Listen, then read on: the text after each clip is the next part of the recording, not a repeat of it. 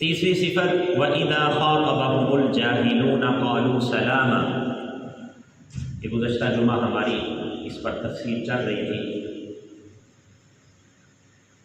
کہ جب جاہل لوگ ان سے رحمان کے بندوں سے جاہلانہ انداز سے گفتگو کرتے ہیں قالوا سلاما، تو یہ سلامتی والا جواب دیتے ہیں۔ تو میں نے گزشتہ جمعہ یہ بات عرض کی تھی کہ جاہلون سے کیا مراد ہے؟ جاہلون سے دو طرح کے لوگ مراد ہیں۔ ایک پہلے نمبر پہ جو کم علم ہے، جاہل ہیں، ان پڑھ ہیں، بے وقوف ہیں، پہلا مطلب ہے جاہل کا۔ دوسرا پڑھے لکھے بے ادب، بدتمیز، پڑھے لکھے جاہل، پتہ ہی نہیں ہے، پڑھ لیا بولنا کیسے ہے، بلانا کیسے ہے، بات کیسے کرنی ہے، یہ بھی جاہل ہیں، پڑھے لکھے جاہل۔ تو دونوں اس سے مراد ہے کہ جب ان پڑھ جاہل یا پڑھا لکھا جاہل وہ ان لوگوں سے، رحمان کے بندوں سے جاہلانہ انداز سے گفتگو کرتے ہیں تو یہ سلامتی والی باتیں کرتے ہیں۔ تو سلامن کے میں نے چار مطلب بتائے تھے کہ سیدھی، سچی اور حق کی بات، درست بات کرتے ہیں۔ دوسرا سلامتی کی بات کرتے ہیں، مختصر، لمبی چوڑی بات نہیں، مختصر بات، سیدھی بات۔ تیسرا معاف کر دیتے ہیں، درگزر کرتے ہیں، جو کہ نبی کریم صلی اللہ علیہ وسلم کا طریقہ تھا۔ اور چوتھا کہ الوداع سلام، کوئی صحیح طریقے سے بات نہیں کر رہا، اس سے بس ٹھیک ہے بھائی، وعلیکم السلام، آپ پر اللہ کی سلامتی ہو، آپ کا وہ رستہ ہے، میرا یہ رستہ ہے۔ الوداع سلام، رخصت والا سلام۔ حضرت لقمان حکیم علیہ السلام کے بارے میں آتا ہے کہ انہوں نے اپنے بیٹوں کو کچھ وصیت کی تھی، تو کچھ بیٹوں سے سوالات کیے، ایک ایک بیٹے کو بلا کر۔ پہلے بیٹے کو بلایا، اسے سوال کیا کہ اگر آپ سے کوئی بدسلوکی سے پیش آئے تو آپ کس طریقے سے اس سے پیش آؤ گے؟ اس نے جواب دیا کہ جو میرے ساتھ بدسلوکی سے پیش آئے گا میں بھی اس کے ساتھ بدسلوکی کروں گا، جیسا کرے گا ویسا اس کے ساتھ میں سلوک کروں گا۔ تو حضرت لقمان نے کہا ٹھیک ہے، آپ جا سکتے ہیں کمرے سے باہر، ٹھیک ہے تشریف لے جائیے۔ دوسرے کو بلایا، ہاں بھائی آپ بتاؤ اگر آپ سے کوئی بدسلوکی سے پیش آئے تو آپ کیا کرو گے؟ اس نے کہا کہ ابا جی جو میرے ساتھ بدسلوکی کرے گا میں اس کے ساتھ حسن سلوک سے پیش آؤں گا۔ پھر اگر وہ آپ سے بدسلوکی کرتا ہے دوبارہ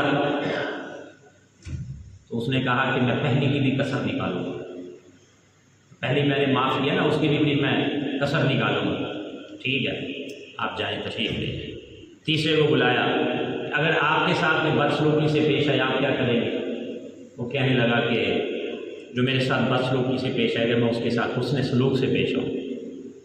پھر آپ کے ساتھ دوسری مرتبہ وہ بدسلوکی کرے تو اس نے جواب دیا میں اس کے ساتھ پھر حسن سلوک سے پیش آؤں۔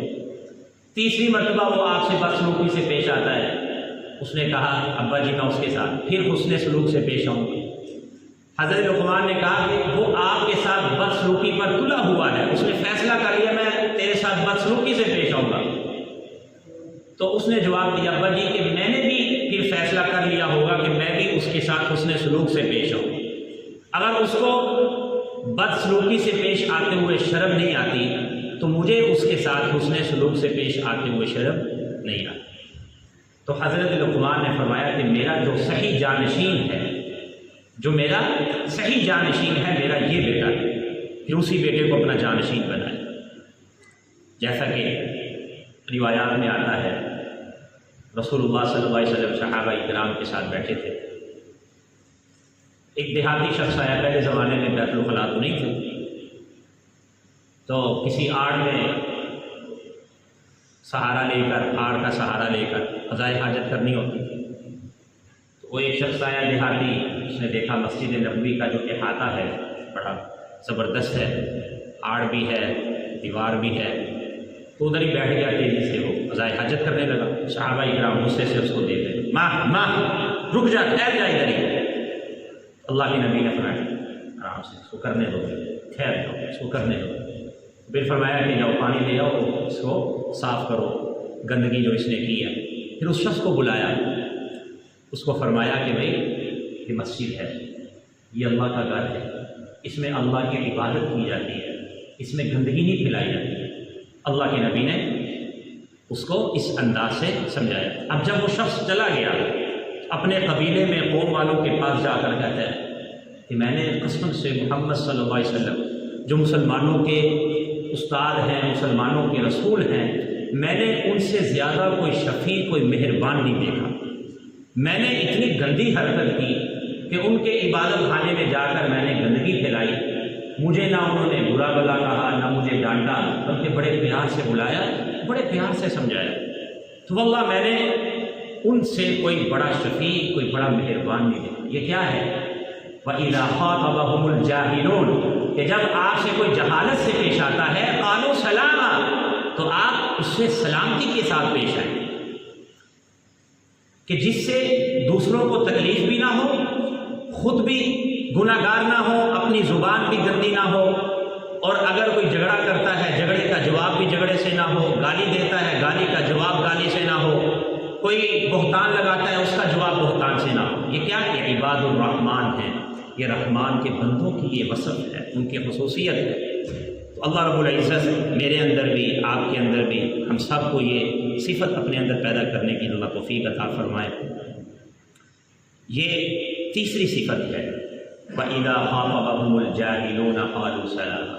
چوتھی صفت فرمایا کہ رحمان کے بندے وہ ہیں، والذین، یہ وہ لوگ ہیں، یبیتون، جو رات گزارتے ہیں، لربہم، اپنے رب کے حضور، سجداً، سجدہ کرتے ہوئے، وقیاماً، اور قیام کرتے ہوئے، کھڑے ہوئے۔ یہ چوتھی صفت اللہ رب العزت بیان فرما رہے ہیں۔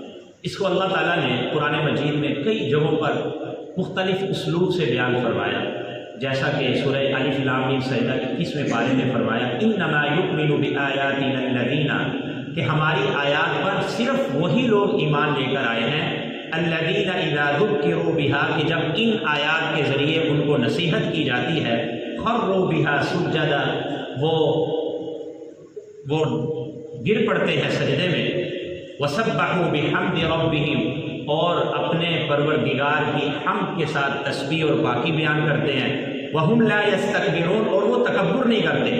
اگلی آیت میں فرمایا تَتَجَافَى جُنُوبُهُمْ عَنِ الْمَضَاجِعِ، یہ وہ لوگ ہیں ان کے پہلو خواب گاہوں سے، بستروں سے جدا رہتے ہیں، وَيَدْعُونَ رَبَّهُمْ خَوْفًا وَطَمَعًا، اور وہ اپنے رب کو امید اور ڈرتے ہوئے پکارتے ہیں، وَمِمَّا رَزَقْنَاهُمْ يُنْفِقُونَ، اور ہمارے دیے ہوئے مال میں سے خرچ کرتے ہیں۔ پھر فرمایا فَلَا تَعْلَمُ نَفْسٌ مَا أُخْفِيَ، کوئی نفس نہیں جانتا کہ اللہ نے ان کے لیے ان کے اعمال کے بدلے میں کیا تیار کر رکھا ہے۔ وہ کسی آنکھ نے نہیں دیکھا، کسی کان نے نہیں سنا، وہ کسی کے دل و دماغ خیال تک، وہ وہم و خیال وہاں تک نہیں پہنچا کہ اللہ نے قرۃ اعین، ان لوگوں کی آنکھوں کی ٹھنڈک کے لیے کیا تیار کر رکھا ہے۔ اور ایک جگہ فرمایا الصابرین والصادقین، کہ جو صبر کرنے والے ہیں مصیبتوں پر، لوگوں کی باتوں پر، والصادقین، اپنے قول و عمل کے سچے ہیں، والقانتین، اور فرائض کی بجاوری والے ہیں، کرنے والے ہیں، اور والمنفقین، دوسروں کی ضرورت پوری کرنے والے ہیں، والمستغفرین بالاسحار، اور صبح کے وقت، رات کے آخری پہر پھر وہ اللہ کے سامنے کھڑے ہوتے ہیں، گر گڑاتے ہیں، دعائیں کرتے ہیں، عاجزی کرتے ہیں، نماز پڑھتے ہیں۔ فرمایا کہ اللہ کے انعامات کے یہ لوگ حقدار ہیں۔ اور ایک جگہ فرمایا 23ویں پارے میں سورہ زمر میں، افمن هو قانت آناء الليل ساجدا وقائما، کہ بلا وہ شخص جو رات کی گھڑیوں میں عبادت کرنے والا ہے، کبھی سجدہ کرتا ہے، اور وقائما، کبھی کھڑا ہے، یحذر الآخرۃ، وہ آخرت سے بھی ڈرتا ہے، وَيَرْجُو رَحْمَةَ رَبِّ، اپنے پروردگار کی رحمت کا امیدوار بھی ہے۔ فرمایا کہ یہ جو شخص ہے یہ نافرمان اس کے برابر ہو سکتا ہے؟ کیسے سوچ سکتے ہو کہ اللہ کی بارگاہ میں ایک فرما بردار شخص ہے وہ اور ایک نافرمان دونوں برابر ہو جائیں؟ یہ کیسے ہو سکتا ہے؟ قُلْ هَلْ يَسْتَوِي الَّذِينَ يَعْلَمُونَ وَالَّذِينَ لَا يَعْلَمُونَ، یہ برابر نہیں ہو سکتے، یہ برابر نہیں ہے۔ چنانچہ رسول اللہ صلی اللہ علیہ وسلم کی بہت ساری احادیث ہیں، ایک حدیث شریف ہے بخاری کی، فرمایا کہ ینزل ربنا تبارک و تعالی کل لیلۃ الی سماء الدنیا، کہ اللہ تعالیٰ ہر رات آسمان دنیا پر جلوہ فروز ہوتے ہیں اپنی شان شان۔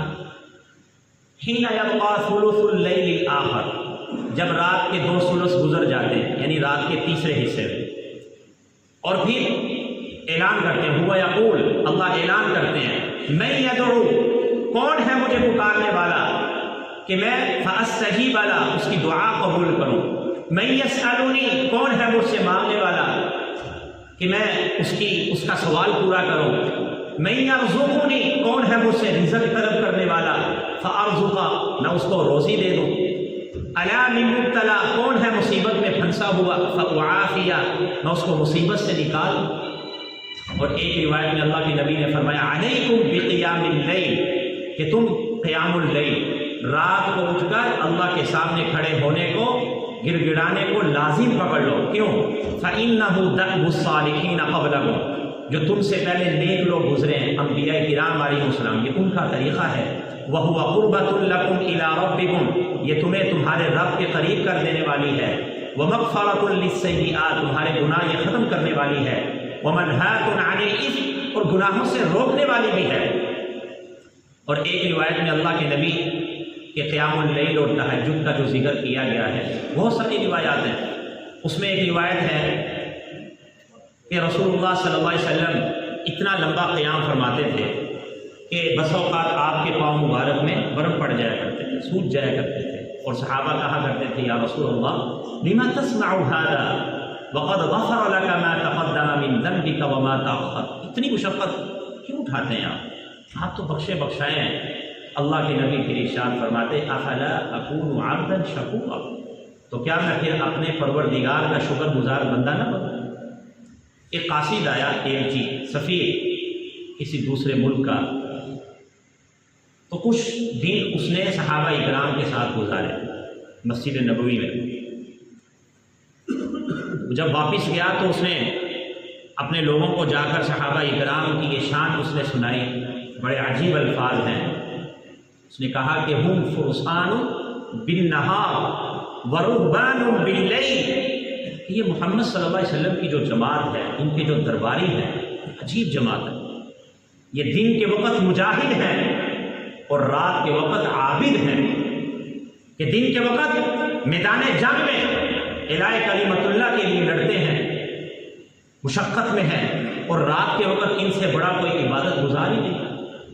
ان کی راتیں اللہ کی یاد میں گزرتی ہیں، فضول کاموں میں نہیں، شراب خانوں میں نہیں، اور برائی کے کاموں میں نہیں، اللہ کے نافرمانی والے کاموں میں نہیں، بلکہ جو جائز کام ہے اس میں بھی زیادہ دیر نہیں لگاتے یہ، استراحت ہے، سونا ہے، اس میں بھی زیادہ دیر نہیں، تھوڑی دیر سوئیں گے، آرام کریں گے، پھر اٹھ جائیں گے، اللہ کے سامنے گڑ گڑائیں گے، عبادت کریں گے۔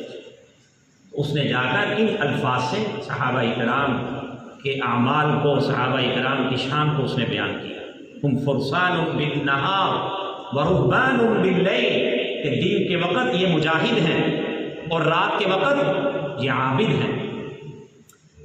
اب یہ آپ غور کریں کہ رات کی نماز کا اللہ تعالیٰ نے بڑی خصوصیت کے ساتھ ذکر کیا ہے، اس کی بڑی وجوہات ہیں۔ ایک وجہ تو یہ ہے کہ رات کی جو نماز ہے یہ روحانیت میں ترقی کا ایک بہت بڑا ذریعہ ہے، اس کا بڑا دخل ہے، اور پھر خاص طور پہ وہ آرام کا وقت ہوتا ہے، بندہ اپنے آرام کو چھوڑ کر اللہ کے سامنے کھڑا ہے، گڑ گڑا رہا ہے، رو رہا ہے، سارے دن کا تھکا ہوا ہے، لیکن اپنے آرام کو چھوڑ کر، نیند کو چھوڑ کر، بستر کو چھوڑ کر یہ اللہ کے سامنے کھڑا ہے۔ اور رات کا جو وقت ہے یہ اللہ سے خزانے لینے کا ہے، اللہ سے اپنی حاجتیں پوری کروانے کا ہے۔ اب غور کریں 15ویں پارے میں سورہ بنی اسرائیل میں اللہ رب العزت نے ایک بہت بڑے انعام کا ذکر کیا ہے رسول اللہ صلی اللہ علیہ وسلم کے لیے، اور وہ تہجد کے بعد کیا ہے، اور اس انعام کے بارے میں اللہ کے نبی نے فرمایا اذا سمعتم المؤذن، جب تم مؤذن کی آواز سنو اس کا جواب دو، پھر درود شریف پڑھو، پھر یہ دعا پڑھو اللہم رب هذه الدعوة والصلاة القائمة محمدا الوسیلہ والدرجة الرفیعہ. آگے بولیے وبعثه مقاما محمودا الذی وعدته، کہ اللہ اپنے اس بندے کو جس سے تو نے وعدہ کر رکھا ہے مقام محمود عطا فرمائی. تو یہ ایک خاص مقام ہے بڑا اونچا جو قیامت کے دن اللہ تعالیٰ اپنے ایک بندے کو عطا فرمائیں گے. اور آپ نے فرمایا مجھے امید ہے وہ میں ہی وہ بندہ ہوں. تو اس پارے میں 15ویں پارے میں اللہ نے فرمایا وَمِنَ اللَّيْلِ فَتَهَجَّدْ بِهِ نَافِلَةً لَكَ، کہ اب میرے پاک پیغمبر محبوب پیغمبر صلی اللہ علیہ وسلم رات کے وقت تہجد پڑھیے. نافلۃ لک یہ آپ کے لیے زائد ہے. عسیٰ ان یبعثک ربک مقاما محمود ہے، قریب ہے کہ آپ کا رب آپ کو مقام محمود عطا فرما دے. تہجد کی نماز کے بعد اس بڑے مقام کا ذکر کیا. تو اللہ تعالیٰ سے لینے کا یہ وقت ہے، یہ رات کی جو نماز ہے. اور یہ مطلب بھی نہیں ہے کہ بندہ پوری رات جاگتا رہے اور اللہ کی عبادت کرتا رہے، بلکہ اپنے جسم کا بھی حق ہے. ان لنفسک علیک حقا، تیرے اوپر تیری جان کا حق ہے. لعینک علیک حقا، تیری آنکھ کا حق ہے. تیری بیوی کا حق ہے، تیرے بچوں کا حق ہے. تو رات کے 3 حصے اولیاء تقسیم کر لیا کرتے ہیں. ایک حصہ اپنی جان کے لیے، اپنا حق پورا کرنا ہے، آرام کرنا ہے. دوسرا گھر والوں کا ہے. تیسرا اللہ کے لیے. رسول اللہ صلی اللہ علیہ وسلم کا بھی یہی معمول تھا کہ ایک حصہ آپ صلی اللہ علیہ وسلم نے اپنے آرام کے لیے اپنا حق پورا کرتے تھے، اپنے جسم کا حق، اور دوسرا حصہ اپنے گھر والوں کے لیے، گھر والوں کے حقوق پورے کرتے تھے، اور تیسرا حصہ اللہ کے لیے. اس حصے میں اٹھ کر اللہ کے سامنے گڑگڑانا، عبادت کرنا، کبھی سجدے میں لمبے قیام کرنا. کبھی مختصر بھی نماز پڑھا کرتے تھے، لمبے قیام بھی تھے، کبھی مختصر بھی نماز پڑھا کرتے تھے.